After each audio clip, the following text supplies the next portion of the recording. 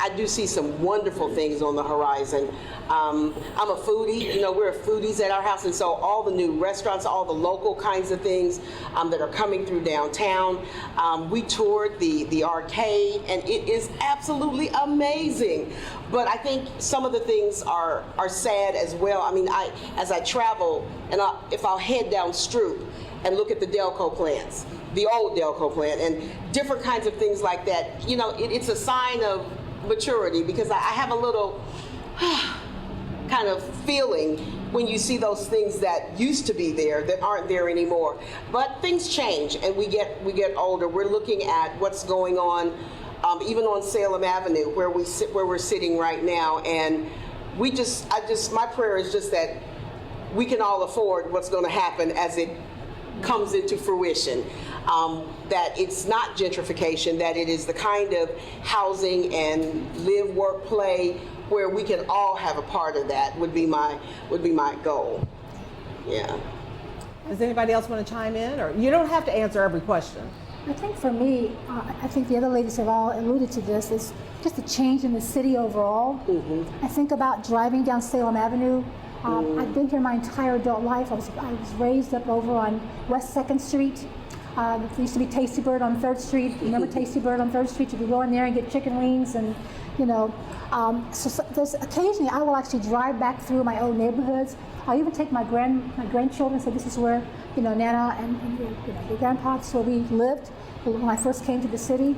I feel like I need to be reminded sometimes. Yeah. But also there's some sadness in it as well when you drive down and you see the houses coming down. I remember that house up here on Yale at Christmas time. Remember that house?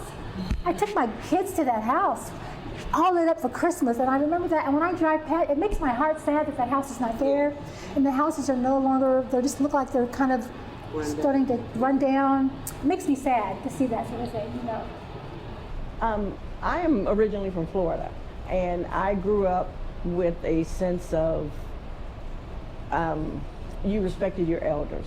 So coming to Dayton and becoming a police officer, I started in 3rd District, which was the old Roosevelt Center, and it was an older neighborhood. And I was out, you know, helping with the flowers. I was out with the older people in the neighborhood. I drove through there the other day, and I wanted to go to tears. Just like she said, it's so different now. The older people are gone, grandchildren are in the homes, or no one's in the homes, and that neighborhood that was so beautiful and so thriving is different, and it has a different feel to it. So I think that is one of the biggest changes that I see, not growing up in Dayton, but also talking about the schools. It's a different animal now. We were talking about the younger generation, this generation now.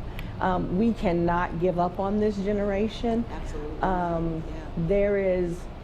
There is no sense of respect for elders, but I think because of the type of elders these children are seeing.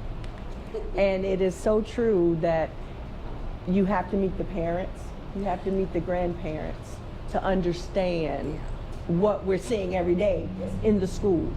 So, and I think that has changed because, you know, when I was growing up in Florida, little two-row town, do something at school, you gonna get beat all the way down the street because, you know, you doing this in your mama, you know, and all of this. Those are the conversations I had, and you got scolded all the way to the house, and then when you got there, your mama's waiting on, Absolutely. come on in, you know. It's not there in the numbers. You know, that parental respect, I think, is the best word, is missing.